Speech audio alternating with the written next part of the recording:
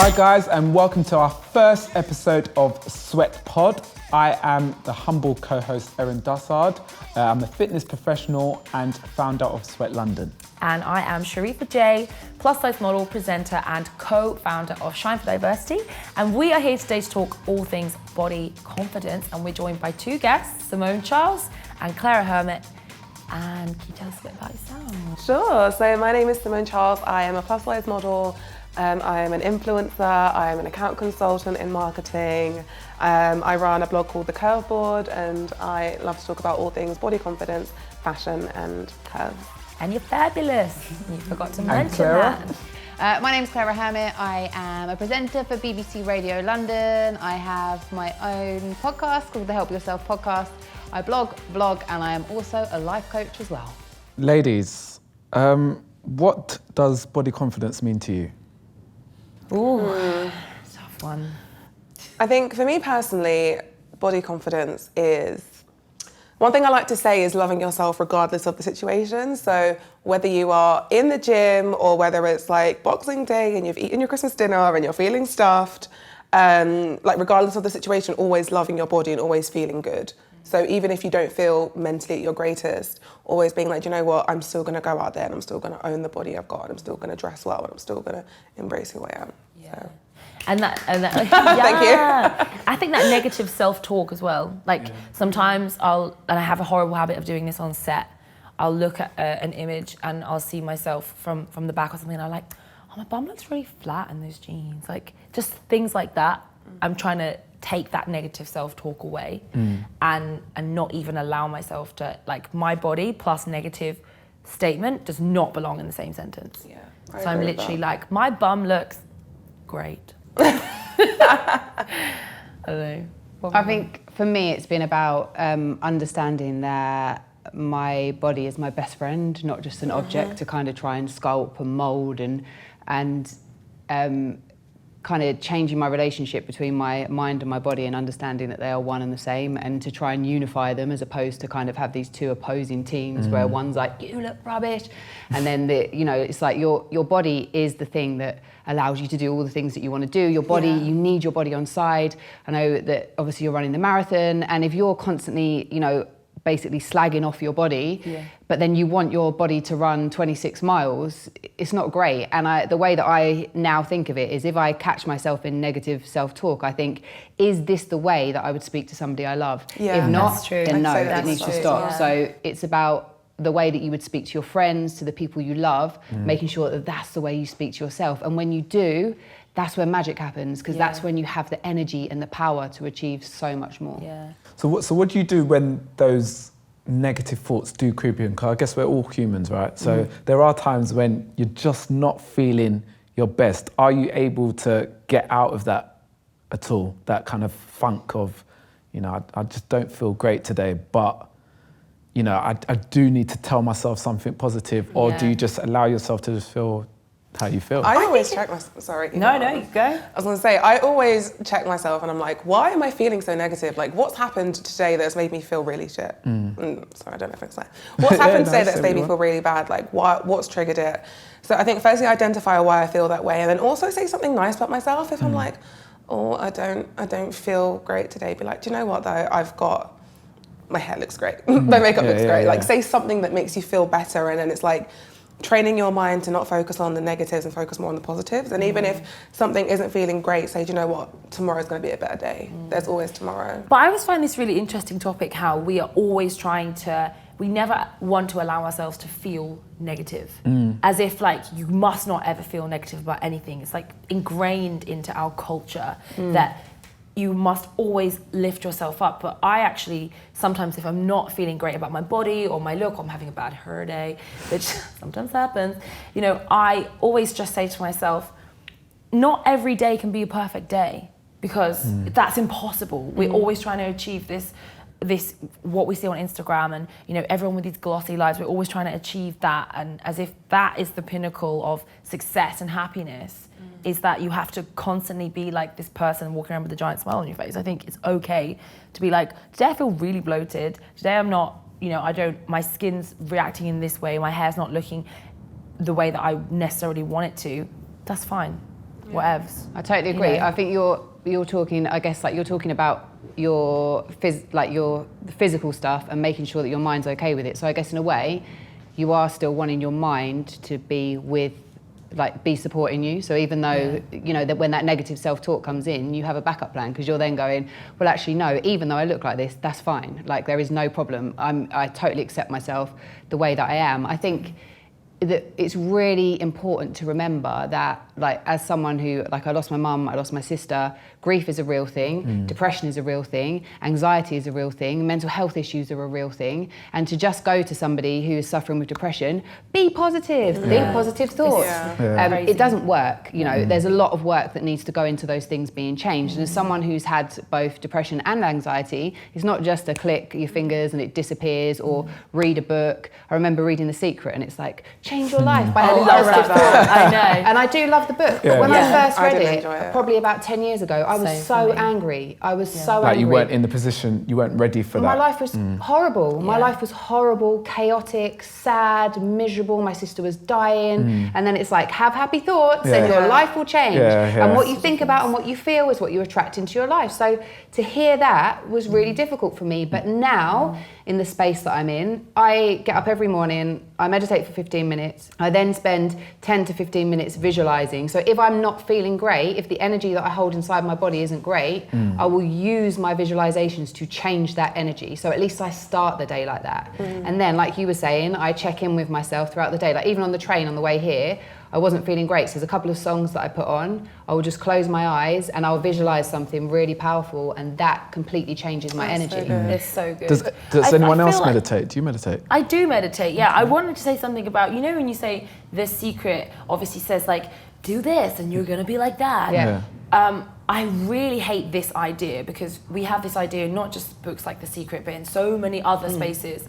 And I hate this idea that if you're responsible for your own success and your own happiness, then when something terrible is your happening, like you fault. said, your sister dying, which I'm really sorry to hear about, it's like, well, if I had the power to make myself happy, did I have the power to make this negativity come into my life? It's almost like if you have the power over all of these things, then you're responsible. If you've lost your job, if you're depressed, well, it must be my fault because people say that I have the power to change this. And I feel like we have this idea in society. I want to touch on like a tiny point about this in society, like the fact that we live in a meritocratic society, kind of going a bit off topic here, but the fact that when you are, the idea that your merits get you to a place of success equally means that if that's the case, then your failings will get you to being a homeless person on the street. And we should be like, oh, well done, you've gotten to the top because you've worked really hard, and you've gotten to the bottom because, and that's the society that we live in, and I think it feeds back into that idea. I just want to say that. On that kind of topic, I just, like, for me and the experiences that I've had, I feel like the way that I can be okay with everything that's happened is that they're the experiences I was meant to have. And we live in a world of polarities. So there's good, there's bad, there's love, there's fear, I guess would be the opposite of it. So we live in, so we need but the opposite to exist for the other to exist. Otherwise, how would we know what these things are? And so for me, it's just like, right, okay, everything gives me an opportunity to grow. You'll never say, oh, I had the best day ever. It was like the most amazing day, and from it I learned. You just had a great day because that's just nice. When something shit and horrible and heart-wrenching comes and it feels like your whole life is destroyed, watch in 5 years' time when you can look back and you can say, I learned this, this, this, and this. I grew hugely as a person. So those things, it depends how you look at them. Either the choices are when, like for instance, when my sister died, I could have given up on everything and just said, right, that's it. This life is crap, it's rubbish, it's always going to be that way. Or alternatively, I can say, right, my mum and sister are both gone, I'm still here. How am I going to live the best life that I possibly can with the time that I have? Yeah, that's so bad. That's the choice you have. Yeah. That's the choice you have, to make a choice every day. Am I going to think this way about it, or am I going to think this way about it? That's your choice. And when you actually look at like the things that people go through in life, and the fact that we focus, just talking a bit more about bodies, the fact that we spend so many wasted hours focusing on our body, the vessel that's just supposed to carry us around. I know that I spent probably the beginning part of my 20s just being obsessed with, oh, this little bit, it looks like this, and I've got this vein here, and I've got this. No, like I've wasted so much time, and I look back at the photos of myself where I actually looked fantastic, and I used to cry before I would go out because I couldn't find anything that looked good, and I felt so uncomfortable. And the fact that when I was I trained in musical theatre at drama school, when I was at drama school, I used to eat an apple a day. And I used to weigh out my tubes of pasta to make sure they were the right grams. I have 6 tubes of pasta per week. That was my thing. And if I went over it, I couldn't even focus on a conversation with someone because I'm thinking about the pasta that I ate. It's crazy. When actually, if you like your experiences in life that you've gone through some obviously really powerful and stuff. You've gone through some really traumatic stuff.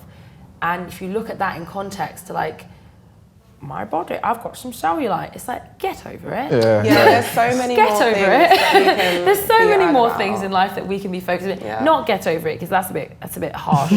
But I think that we could be focusing on other things than just like, what does our body look like? Yeah, definitely. On the outer. But I think because I had bulimia for 10 years, so I think because especially when my mum died when I was 9, so I was a child, and your world feels completely out of control, and it was really chaotic and nuts and crazy. So the one thing that you then do have control over becomes like your body, and so that's where I guess that obsession came from.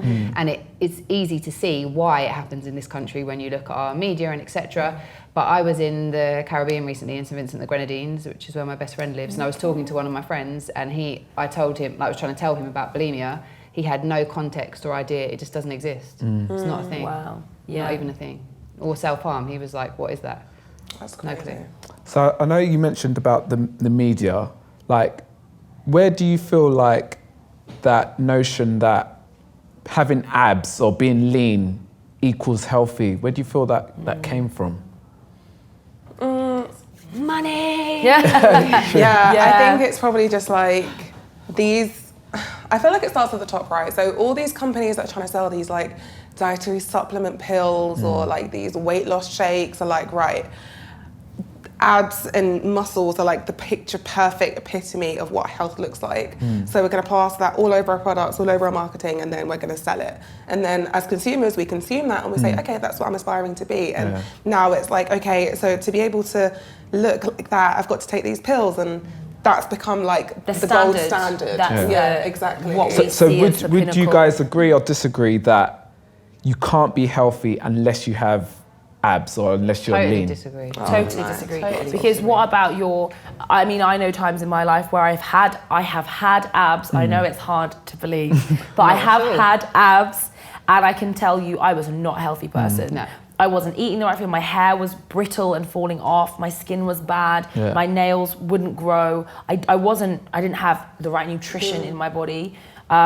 I was basically starving myself, and I was exercising to an obsessive level. I'm now a plus size model, and I can categorically say I am 100% healthier as a person. People think that can't be true, but she's so obese. And I'll say, well, it definitely is, because I feel healthier, I look healthy. People even say to me now, like, you are not a well person. But I had abs, and brands would 100% have said, oh yeah, you look great. Let me put you in my Nike I mean, health commercial. is not just an aesthetic thing. Yeah, this is what I was Exactly. going to say. People have got this idea And why that can't brands you can start tell someone's health by looking at them. Why can't brands start promoting that more? Why can't that be that buy this pair of leggings because you'll be mentally healthy? How can we change that? Change the landscape of advertising in that way? I'd love to see it. I think it's slowly starting to change, but it's still, even if people are using, I guess, like influencers of different sizes, different shapes, it's still not having the right conversations. Because like you're saying, I think when you talk about health, what are we talking about? Are we talking about our physical body? Are we talking about our mental health? Because the two of them go together. And I think, someone could have a great body, but their mental health could be awful. So then surely that's not healthy either. And so it's like, how do you find that that balance. And then you get like, if you talk about like the lean kind of look, you know, for example, I guess like boys when they're in their late teens, early 20s, loads of them have like abs and they'll be eating absolute rubbish. It's just luck of the draw sometimes people have. But inside, you know, they could be eating loads of saturated fat, there could be loads of stuff going on with their body.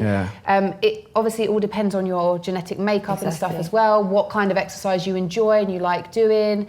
I feel like there's, the pressure that's put on you to look a certain way is a complete negative. And actually I think it stops people from achieving fitness goals and from moving more and from being comfortable in fitness spaces. It's a deterrent. It's definitely a deterrent. I know that I used to go to like a really popular, like a really nicely branded gym, I'm not going to say it, but in London. And I had a trainer, he was so sexy. I had a trainer and he you picked him? Oh yeah. It's a rubbish trainer. And he was actually Irish and he would be like, Roy Sharifa, you're looking like your legs are tied today. So I'm just gonna get down and help you stretch. he'd be like stretching my legs over my head. It was great. But anyway, great summer that was. Can I just say a disclaimer? I don't do that. Oh, okay. Cancelling my sessions. And I had this incredible, gorgeous trainer. But every time I went into the gym, and it was a lot of money. My trainer was a lot of money, and at the time I was probably a bit more outwardly fitter looking, is that a word? Fitter than I look now. I just felt so uncomfortable every time. Like I was surrounded by these ripped, like gorgeous looking people and the people were always staring at you. Like, I don't know, or maybe you feel like people are staring at you. I just didn't feel like I could occupy that space. Like even as a fit, like healthy young woman with a sexy trainer, walking through the gym, it was just so intimidating. And I'm a really confident person. And I think if you're a really confident person and you feel intimidated in those spaces, how is somebody who's, really like, maybe they don't work in the entertainment industry or they're not like that super confident as a person. Like I don't even know how they would survive in trying to put themselves in those spaces. I think it is really difficult, but I think getting a trainer is a brilliant thing. I've trained with Erin, but I'm also a qualified personal trainer as well, and I think that it's really helpful. But loads of people that I used to speak to, whether it's friends or whether it's clients, would be like, I just want to lose this much weight and then I'll get a trainer. I just want to be able to do this first and then I'll get a trainer. And I'd be like, no, but the whole point is that we're there to support you through that first bit. That's and then once you've got it, you don't even need us anymore. Like you go, fly, do what you want. Sorry about that. Killing your business. But you need, like, it's almost like going and having a friend, like someone to be with you, because you want to know how to do things properly. And once you do, you start to feel more confident. And I think like when you go to a gym, people will stare at you whether you're however you look, because it's all about how you look. But I also think that people are in their own little world listening to music and stuff, and they might not actually even be staring at you, but they're just looking around. Well, I feel like I probably was always feeling like people were looking at me. They probably weren't. So something you're projecting.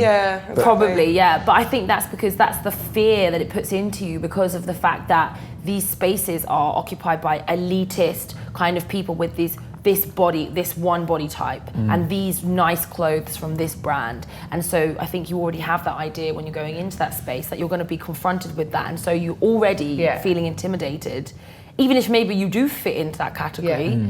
You're still like, oh, I don't know, I am. The gym I go to now is like a big kind of like chain gym, but I was there this morning doing like a class, like a circuit class, and there's so many different people in there, like different shapes, different sizes, different ages. Nice.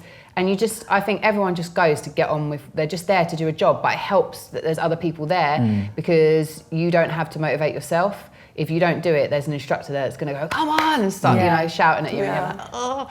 So, I think that helps to kind of throw yourself into those spaces as well. And I just think most of us feel the same. Like you were saying, no matter if you could look at someone and think, oh my God, she looks amazing. But inside their head, you don't know what's going on in their mental space at all. I was literally dating this really sexy guy recently. And he was ripped. He had like abs. He was like 6'2", 6'3", and he looked incredible, right? And he sent me this thing on WhatsApp being like, hey Sharifa, I found this like quote on Instagram and it's like all these tech checklists tick list of how to be more body confident. And he said, you know, I found this and it's really made me feel like better about myself. And I'm like, have you seen a mirror? Like he was the absolute, like, conventional, the standard where other men would look at him and be like, whoa, bro, like that he's got the arms, he's got the abs, he's good looking, like he was gorgeous. But he still felt in himself like he didn't. But you said he wasn't that. When, like, you know, in the past, when outwardly you look at pictures and you're like, oh, I looked great, but inwardly I felt awful. And it's the same as me. I go back now and look at pictures. Like when I was doing your transformation, your 12-week transformation thing, I only got to week 9, then I went to Ibiza and it went wrong. I look back at those pictures and I'm like, oh my God, like I had abs, I had like toned arms, but I was looking at, myself, I couldn't see it. So it's, you know, I think we all have that because it's part and parcel of society that there's something more to attain. And instead of celebrating what we have, where we are, and building from there, we're always trying to get to the next. And that's what brands do. Brands build into us this like sense of like it's everything. You're never finished. It's insatiable. They're making you like consume more and more and more. You have to get better and better and get to the next level. You can never reach this goal. And I think that it's so ingrained into our culture that that's just how we all think. Like, you know, you could have an amazing job or have, you know, loads of money by somebody else's standards and you still want more. Do you guys feel that fitness brands and clothing brands should do more to represent diversity? I mean, did any of you see the backlash that Nike received for having the plus-size mannequin? Which is absolutely ridiculous, by the way. I thought so as well. Which part do you think is ridiculous? Because first of all, who gives a shit? Number one, in terms of it's important for a lot of people, but why do you need to go out of your way to say something negative about a brand trying to do something different? Who's got time to do that? Second of all, it's a real life body. You know, I don't know. I know more people who look like that mannequin than look like the other mannequins that all the other shops have. And those people, why everyone should have the right to fitness clothes, to want to be active, to want to be fit, to want to move around. And to want to be comfortable. It's so comfortable. Exactly. I don't see what the big deal is. That's what I mean. That's what I mean. I don't get what the big deal is or why anyone was so upset or offended. I'm so confused by it. That was my exact thoughts. I thought that people seem to think that like once you pass a certain size you don't work out. So to see a mannequin that like represents that like niche set of people that like people don't really acknowledge, not niche. It's ridiculous. I know, but people think that it's like they shouldn't be doing it. The only thing that annoyed me about the whole thing was the fact that there were so many people being so congratulatory about it, being like, oh my gosh, well done, thank you so much, Nike, it's incredible. It should be standard. And I kind of just feel like I'm over giving people gold stars for stuff they should have been doing. This should not even be a thing that we're like, yay, like I don't want to have to celebrate every time I see a curvy person or like a person of colour in something. I just want it to be the standard. And so that was the only thing for me that I was just a bit like, oh, here we go again. There's an American brand called the Girlfriend Collective, and their clothes are made of recycled plastic, 75% made of recycled plastic bottles that we use, so it's not like new. But from the word go, all of their branding, it's got everyone. Like everyone is represented, everybody. And it's like you go on the site and you look at the models modelling the clothes, and some of them might be a size 10, some of them might be a size 28. Like you can see what it's going to look like on your body shape because there is somebody there to represent you. And to me, that's how it should be. Like I know that I'm obviously a white woman who's like, you know, size 12, so wherever I go, I'm going to be represented. I'm going to go on there and see somebody that looks like me.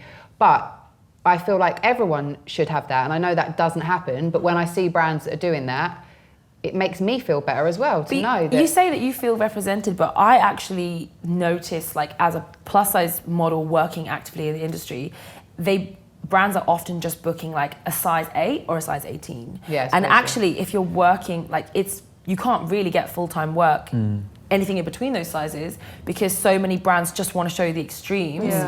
Which is great to be included 100% as a curvy woman, but it's also like, why can't we start having everybody, Yeah, like you say, anybody and everybody. every single person from every different. There's a brand called Universal Standard in the US who does this, and I think Good American does it as well. Like, you go on their site and then you'll pick an item and then you can select your size, and then they'll have the model that's wearing your size come up, and it's so good. It's so innovative, and it's like, why has it taken so long for people to do this?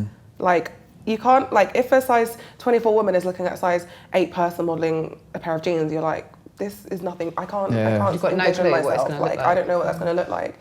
So I feel like all brands should start going in that direction, because it's good for us, it's good for the consumer, and it's good for business. And not to get a clap or to get media exposure. Yeah, that's just- Because I feel Maybe like it that's works, because but so just many brands because. do things just for their Yeah. tick. We have an Asian person, Yeah. tick. We have a medium-sized person, tick. And it's just, it feels so contrived. I think is that the right word? You just know that there's somebody sitting there in their marketing office going, have we got everyone from every different? If we ticked you know, all the boxes that we need to tick. and yeah, I think it would be nice to just go with people who like represent what your brand represents. That's it. And I just think, like, I know I don't know about you guys, but I personally wouldn't want to work with a brand that didn't represent me in any kind of way, because I feel like I'd be a traitor and I'm just doing it to take money, and I don't care about money that much to compromise like my values or what I believe in. So It's so integrity is so I had important. that's the word I I was do looking some for. influencing work, and I had a partnership not even that long ago, maybe like a year and a half ago, with a brand, and they were sending me all their products, and it was coming in like plastic packaging upon plastic packaging, and I was looking at the advertising and it was so over sexualized, and I was just thinking like, but the thing is, I was getting a regular paycheck from it, like it was, you know, I was getting exposure on their page. But they asked me, okay, Sharifa, we love what you're doing. Do you want to renew, you know, let's renew this contract now. And I actually, even though I just come back to the UK, I didn't really have that many clients. I was kind of like, where are things going to go for me back in this market? And I actually had to just say to myself, Sharifa, you have to have some integrity in this situation. And I said, and it's a huge brand. I went back to huge brand with my no money. And I went, even though you're offering me something great, I'm really sorry, but I can't do it. And actually, from saying no to that, I found that so many more opportunities have opened up, and I now have collaborations and partnerships So with were people. they receptive to your feedback or not? I think that they've built their brand. like that. It's a fast fashion brand. Okay. They know who their Put them in audience the is. bin. They're not going to change, exactly. And I think that's fine. You do you, and you know everyone who worked there was wonderful. But I don't want to advocate for that. And since I stopped doing that, like I say, so many more doors open for me. And now when I take on partnerships, I only take on partnerships with people I actually love what they're doing. It's not just like for the coin. It's great to have the coin, but it can only get you so far. You know, a few £1,000s is only going to buy. But you know, if you can build, you have a message and you continue with that, then you never know where that can take you in the future. Yeah, it's true. I think that integrity is key, and I wish someone had told me that like 10 years ago. Yeah, but you have to learn. You do have to learn, Even yeah, if someone had told definitely. you, you'd have been like, shut up. And you'd have done, because you can't take anyone else's lessons. You have to learn for yourself. Don't you? It's very true. I really want to hear more about, because obviously we're talking about body confidence, and just can you talk to us a little bit about your double mastectomy, like mastectomy? I just really want to know, like, how did that make you feel, the whole process? Okay, so I had a boob job when I was 20. So I was like really insecure. I hated my body. I was like in the depths of bulimia, and I'd kind of, I guess, I'd never developed communication skills, so I wasn't really able to communicate with people unless I was really close with them, especially not men, so I couldn't really talk to people. So I guess I used like my exterior as like a way of creating like a sense as a distraction, I guess, so no one would actually try and like, you know, talk to me. They'd just look at me, it would be fine. And I wanted to kind of create this image, and I was like, I want to be a glamour model. And that was a great idea at the time. So And did you do that? Were you I did it for like 2 months and was like, I hate this. And so I don't think I necessarily regret it, because I don't want to have regrets. And I think that, you know, you do all of these things and you learn from them.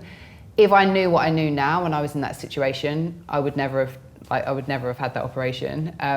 But at the time, I just thought it was going to make my life better, and it didn't make my life better, because although I changed my exterior, I hadn't changed my interior, and so it made me even more insecure and even more uncomfortable, and it just was a complete mess. And I'd say like most of my 20s were quite chaotic. My sister died like when I was like 28, 29. And I knew that I had the BRCA1 gene mutation, so I knew that the best preventative measure was to have a double mastectomy. When did you get that test, do you mind me asking? My sister was diagnosed with breast cancer when I was 23, so around that time. So I knew for quite a long time, but because Emily was just ill for 6.5 years, there was very little time where she wasn't ill in that time period. So my focus was always on her and just dealing with that. And I kind of forgot, I didn't forget about it, but I pushed it to the back of my mind. And then after she died, there was kind of like this one day where I was in the bath and I was like, oh, that could be a lump. Oh no, that could also be a lump. But that could, and I just had a bit of a freak out, and that had never happened to me before. So that was the day where I was like, right, this is it. It has to stop now. So I called the doctors, I think the following day, and then went and had an appointment and was like, I need to go to the BRCA clinic at Guy's and Thomas. So I went there. And then it was all arranged, and I think it happened within kind of like 6-7 months, because that was in the summer and it happened in the January. And in the lead up to that, I think up until that point, me as a kind of presenter and as a persona had always been like kind of quite like witty and silly and hard and strong. But no one knew what was going on like behind the scenes, which was that my life was completely like, you know, collapsing, and I hated myself and I hated everything about my life. And when the operation came along, I just decided to be vulnerable. So we did a lot of like media around it. So we did a Radio 1 story, we did some films. And so I just was really honest, and I wrote some really honest blogs, and the response that I got from my peers, from people that I'd known for years, I guess like to my vulnerability was huge. So I was like, oh, it's actually okay for me to be me. Because I think I'd kind of split myself into these two different people almost. And so then in that, I kind of got brought together. And I was scared, but also I just was like, no, this is the right thing for me to do. Like, this has to happen, and it has to happen now. And I think in a way it was a way of saying goodbye to that old person and kind of becoming like this unified Claira version of Claira. And in the whole lead up to the operation, I was just really positive about it, and I just wanted it to be like done and final.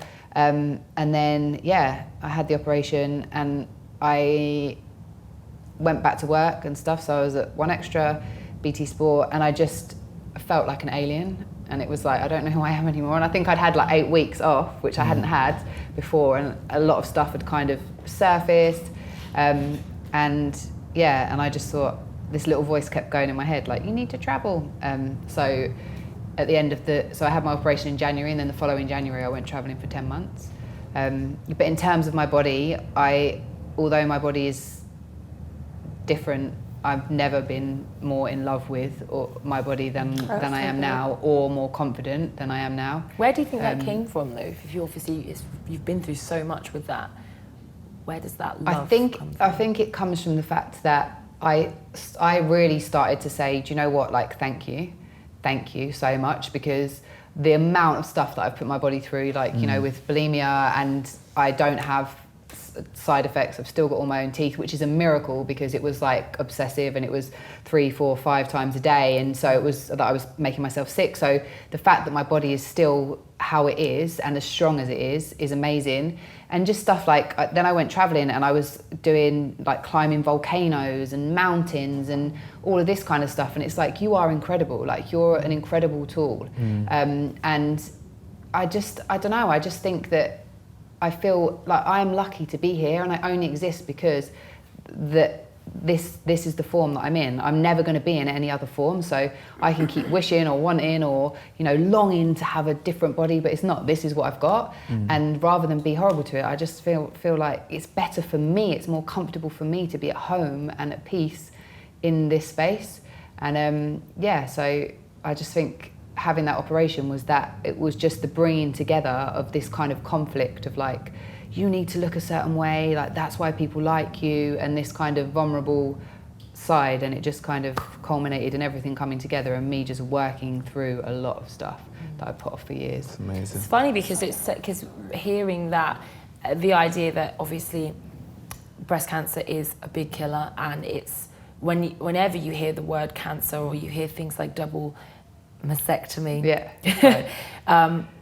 people, my initial reaction was, oh, that's so tough and so painful and so hard. But how you've actually explained it is like, it almost feels like a bit more of a blessing that... Yeah, it's freedom. Exactly. And you've been able to take that experience and turn it into something so incredibly positive for yourself and for your body. I think that's amazing. Yeah, and I can also do this now. I could not do before. Can you? Yeah. Simone, can you do it? No. No, it's only since the operation though. It's I'm doing it. It's because my muscles are on top of the... Just go like that, it's fine. I believe you. Oh wow, Yeah, that's so you know. inspirational. Wow. Bonuses all round. Yeah, every cloud Yeah. has the silver lining. But interestingly enough, like I think with in terms of fitness and exercise, there was a point in my life where my fitness was really strong and my body looked amazing. At the time I probably wouldn't have noticed, but I know that I was really toned, super fit, super strong. And then I think it started around the time when my sister got ill that I just lost control. I completely lost control. And it's only now that I'm coming back into a space where it's like, this isn't about my body. This is about my mind. It's all about my mind. Yeah. It's never been about my body. Because your body can only change if your mind changes. And I'll be really honest with you, I don't want my body to look a certain way. I have no expectation. I do want to be fit and I do want to be strong because of what it does here. And I realise that this is... It's everything. Everything. Yeah. Simone, what about you? I would love... Thank you, by the way. I was transfixed. I forgot where I was. What about you? What about your relationship with body confidence and yourself? Obviously, we've known each other for years and you have you've had a long career in curve plus size modelling. How has that affected yourself and your confidence? Yeah, so I started modelling when I was at uni, and I think I was always aware that I was bigger and I was taller and I had bigger boobs and I looked different to everybody else, but I wouldn't say I was particularly unconfident. I was just me, I was just aware of myself. And then when I started modelling, I kind of realised things about my body that I didn't know were there before, and people would notice things that maybe I'd try to hide, and then they'd call it out on set and be like, oh, can we just do something about that scar on your neck or something, So it actually went downhill a bit. My body confidence went downhill when I very first started because I suddenly became hyper aware of my body and very conscious of people seeing me. And then, I don't know, something in me just changed and I was like, this is my body. No one, all these people that are telling me and giving me opinions about my body, they're not the ones living in it. And my relationship with my body is in my control. I don't have to listen to what you say about my body. If I look in the mirror and I like what I see and I feel good, then no one can tell me anything that I don't already know. Do you know what I mean?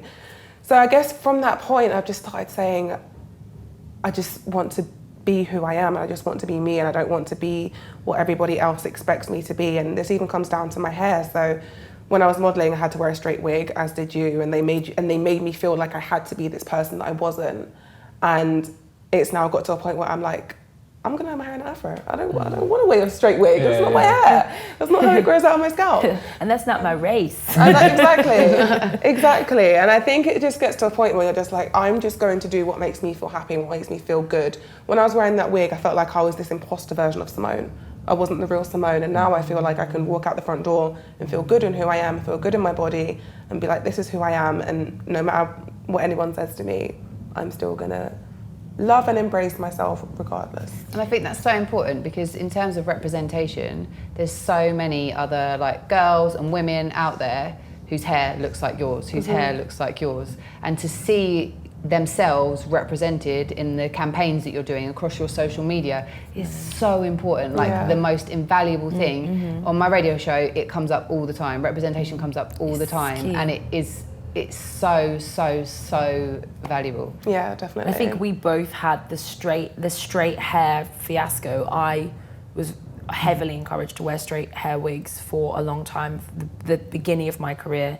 And I remember going in, we both with the same modelling agency, going into the modelling agency, and they're like, here's your contract, here's your wig, okay? And I'd never even worn a wig before. And I remember sitting in this chair, I was 21, 22, and I'm signed with this huge modeling agency that used to have like Twiggy or whatever on their books. Is that her name, Twiggy? Yeah. Twiggy, And I remember you're so overwhelmed and you've got agents everywhere and you just feel like you have to do it because you're going to be booking with the huge brands and da-da-da. But I remember sitting in this chair and having never even had my hair braided, and you know what the black hair shops are like. You know, sit down.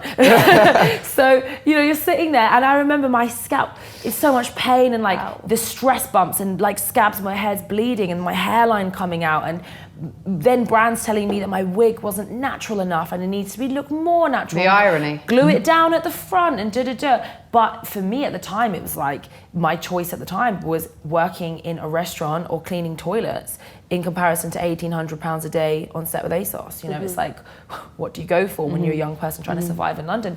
And I know that obviously you always had clients with that straight hair wig look. And that was how you, I guess for you, maybe it was how you kind of saw yourself as a model, I guess. Is that what you Yeah, and I used to think that was the reason they were booking me. They were booking me because I fit their standards, I fit the way they want me to look. I mean, I don't know if so I'm not modelling full time anymore. I'd be interested to see what the feedback would be if I was to go back with my hair like this and then see what they would say. Has it not changed now a little bit, or is it still as bad as it was? It's changed a little bit, but people see afro as like, they see it as like the hairstyle. Like afro is a hairstyle. Like for me, afro just grows out of my head. Yeah. I'm wearing my hair down, your hair. right? Yeah. But people see it as like, that is the style, in the same way that they would put a hair up in a ponytail and add all those little Do bits. people not And understand? that's They don't understand. Yeah, so it's like, it's this really awkward space that you're in where, I don't know, they kind of, you're very much like ticking a box, but you can't really be, as a model, with afro, you can't be used too much because they think that that's a specific look in comparison to just being a woman with your hair down. Does that make any sense? Yeah. And so, you know, when people, for example, my agency always says to me like, oh, you know, you're our commercial girl because you've got an afro, because they've this idea that afro is commercial and fun and funky, you know, or like braids are like urban, you know? So it's like you always stereotyped to a certain space within the industry. I can't just have an afro and be modeling for a professional workwear brand because that's not professional. Do you know what I mean? So it's like this weird idea that like afro hair still doesn't have... It only fits into one box. It only box. fits into certain categories.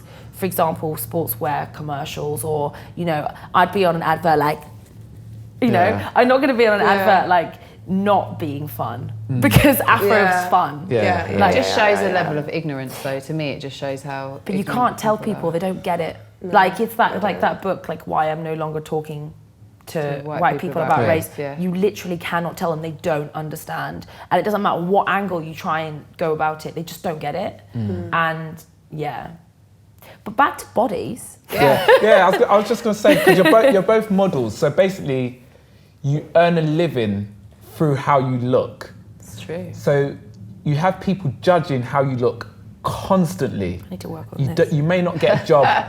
You may not get a job because you look a certain way or something's not right or whatever the reason may be. What does that do for your confidence? Like, how can you still be confident when you know that someone didn't give you that job because of how you looked or how they saw you or something like that? It's an easy one for me, but I'm gonna let Simone answer. I mean, I guess it's kind of what I touched on earlier. You have to start saying this, like, you're not going to be everyone's cup of tea. Like, there are people out there that like who doesn't like Beyonce, and who the hell would not like Beyonce? But they're dead to me. But you're not going to be everyone's cup of tea regardless in life. So it's like, if someone didn't like your look, it's like, it's okay. I might not be the person that you're looking for. It's fine. And I think once you start to accept that and not take it too personally as well, it almost was like I disassociated my body from who I was. Like there was like this the Simone that I would walk into castings, and then once she left the casting, she would just be like back to her normal self. Did you get that as well? Definitely. That's exactly what I was going to say. Like I don't see rejection as rejection. I have a completely different relationship with it. Model Sharifa that's my business. That's not who I am. And it's difficult because it is who we are, but it's also not like that's there in my head, that's there, and I'm here. And so when I go into work, I am model me, and when I leave, I'm Sharifa me, who is also a model. But I don't see, rejection doesn't affect me at all. Like, I'm just like, okay, they didn't book me, I'm not right for their look. And I think... And it's probably not right for you either. And also, sometimes you go to castings, and I went to a casting for a brand I shall not name, but it's very tacky, like clothing, and probably fantastic pay, but I went to the casting, and I got like put on hold for the job, but I didn't book the job, and I saw who did book the job, and I thought, in my head I thought, she looks perfect in that really suits her look, because she's got fabulous glossy hair and everything, but I thought, that's so not me. It's like Chav kind of, I sound really rude about this girl, but it was just, I was like, sometimes you don't actually want to get the job, because you're like, I don't want to be wearing like some like lycra, you know, like, or pleather thing, you know, sometimes it's better to be rejected. You get a vibe, like I think you can always tell, like, I think even a casting, you can kind of tell if the client likes you or not, and then sometimes you don't like them, and you're like, you don't seem like very nice people. Sometimes you don't work for you. I had this one client not long ago who wanted to do like a collaboration, but they were based in Spain, so we had this like Skype call, and they wanted to do like me create some content, and then also we do a shoot. I'll go to Spain, and so like an Instagram kind of thing. They're a very small brand, and they said to me on the phone, they said, you know, proper Essex guys, like, Sharifa, the thing about you, you know, what we like about you is you're dark, but you're not too dark. Wow. And so that's why we was attracted to you. And I'm like, straight away, I'm like, okay, so it was great chatting to you. I'll be in touch. Oh, absolutely. Did you get any feedback on why? I said exactly when he asked me, so do you want to go ahead with the contract? I said, to be honest, I didn't like the statement you made about being dark but not too dark. And it's great when you have the power to like turn down brands like that. And that's a perfect example of just being able to say, I really don't want to work with you, and I'm not going to. Way back then, I guess maybe before, when you are in a bit more of a position where you really need the money, sometimes you have to end up making those. You take a bit of give and take. You have to end up making those decisions, but not that one though. No, it's just it just goes against everything that I believe in anyway. Yeah, so exactly. You've got to have integrity when you work in this industry. Yeah, definitely. I'm like, Erin, what's next? What role do you believe social media plays in this whole kind of body confidence? Do you think it's good or negative? So much more access to like different types of people now. Like you can see, you can just like go and search you could go and search BOPO as a hashtag, and you could see BOPO, what's that? Body positive, BOPO. You're gonna be on it later. Gonna hashtag BOPO. But you can see all these different types of people from all these different walks of life, from different like corners of the world. I think that social media gives that incredible access. That's a positive. I have a lot of negatives, but that's my positive. I think it also depends on how you consume it. Like if you're going on Instagram and you're using all those like ridiculous filters, and you're like trying to look a certain way, and you follow a lot of people that aren't like you, or like that make you feel conscious about yourself, then it can be very negative. Like there's very negative Instagram have made themselves so addictive. The push notifications, even the feed, the stories, everything has been made to be addictive.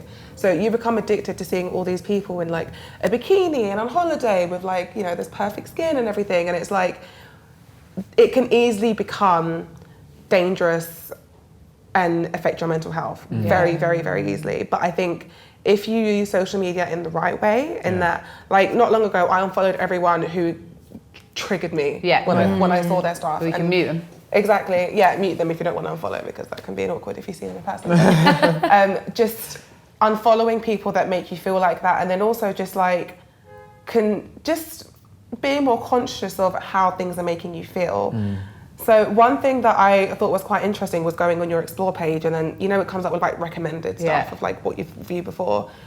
It's interesting. I like to go on there and just see the kind of stuff that I am consuming and see whether I'm like... I've never done that. Yeah, if you're it's doing really something positive interesting for yourself. Yeah, exactly. So on mine, I'll be honest, it's just a lot of hair pages, a lot of makeup pages, a lot of curvy people in fashion. That's basically it. And it's like, that's what I want. I don't want to see people that are like doing things that trigger me, or things that I don't find conducive to my day. I don't want to follow things. I don't want to see things that don't make me feel a certain way. I don't take something away. We're in control, really. Like that's the great thing about social media, isn't it? Like you have the option to click off that person's page. Yeah. So sometimes when people are like, social media makes me feel bad, I do sometimes feel like saying, well, just stop looking at those people and look at someone really cool who inspires you. But I mean, the thing is with social media is that like, especially when Instagram, because I think that's kind of like the big one, isn't it, in terms of image, is that they don't seem to have that many rules. So, you know, people can kind of post up whatever they want.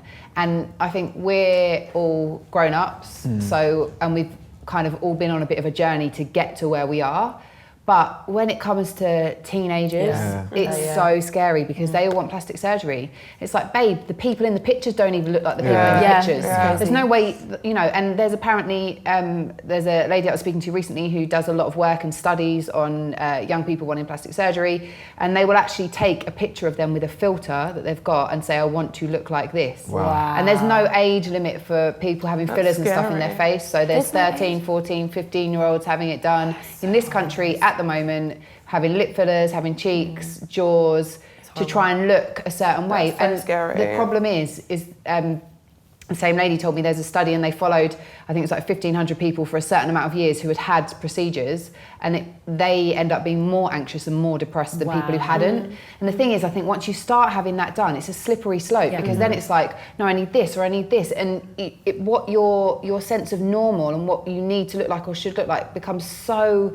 what's the word? Skewed, skewed, that you don't have any sense of normality and everyone's just going to end up looking the same. That's it. But what's even worse is like, I think when you're allowing yourself to say, as soon as I get that thing, I'm going to look better. They don't look better and they're not happy. When you're allowing yourself to have that mentality, I think that's so toxic because you're saying that filler makes me look better in your head, makes me look better. So if I have another one, I'm going to look even better and even better and even. Where does it end? But also, looking better doesn't mean you feel any better at all, and that's the thing. Like, surely you want to feel. And this is what I try and say. Like when I do workshops with young people, like it doesn't matter about how you look because if you don't feel any better, you're still going to be existing in the same space. Your life isn't going to get any better. It's not going to get happier. It's not going to get more joyful. It's not going to be a pleasurable place to be because you're just going to constantly be in that state of feeling not good enough and anxious and uncomfortable and all of those things. So I think in that sense, you know, there's a lot of people that do great stuff on social media, but I still feel like if you go into a school and you talk to a bunch of teenagers, they can see, they might be able to see the stuff that's kind of positive, but they're still more focused on that aesthetic appearance. It's about having like danger zones. Some really like well-known representatives of like natural beauty or like just or body diversity, people. Normal people. But the thing is like people, they still will never have the huge amount of following. Yeah, that is the issue. That's the problem, isn't it? Because everyone wants to follow that person who has millions and millions of followers, and they normally have got surgery. They normally have all those things. Yeah. Like I was saying to Simone earlier, I've been modelling for years, but the one thing that I've never done is amended myself. Yeah. I was saying to Simone, like, I really want to get like extra bits for my head to make it extra big.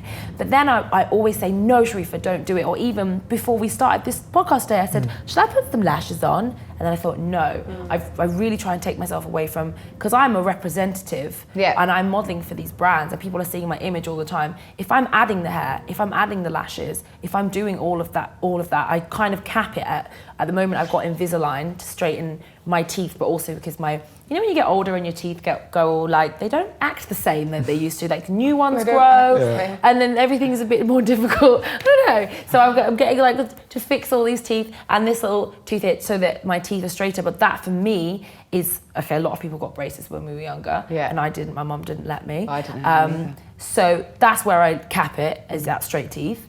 Because I just think, if I am if people are consuming my image all the time and all they're seeing is fakery lips, and the amount of models I know that have had everything done, boobs, even plus size girls, they've had their bums done, they've had their boobs done, they've had their lips done, and it's just like you're creating this unrealistic beauty ideal. But if I'd have done this, how many more millions of followers would I have? I don't know. I always think, should I have done it to get more followers? The point is, are they happy? True. Because if we start to value millions of followers over our own happiness, then we've got it completely wrong. We've got it so wrong, because they can I'm sure you know people right now who have got millions of followers who are miserable, who are unhappy, who are suffering. Definitely. Followers does not equal happiness. It's just like, it's that, you know, I mean, definitely there's times in my life where it's like, yeah, I could just go and get my butt done. I could, you know, like pay someone to train me every day of the week. I could put myself in a prison cell so I'm on a really strict diet and, you know, appear to look a certain way.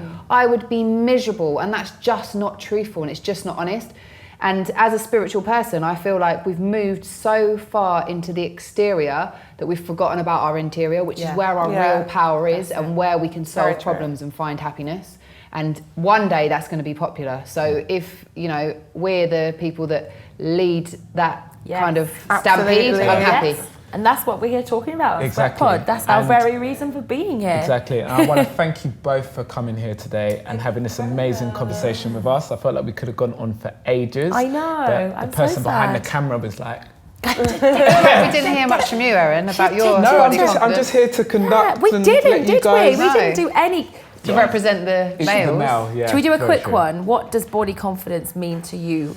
What does it mean to me? I think you guys covered it all, but for me, it's just accepting who you are, being happy with who you are. So one quote that I kind of like that I've read is just like,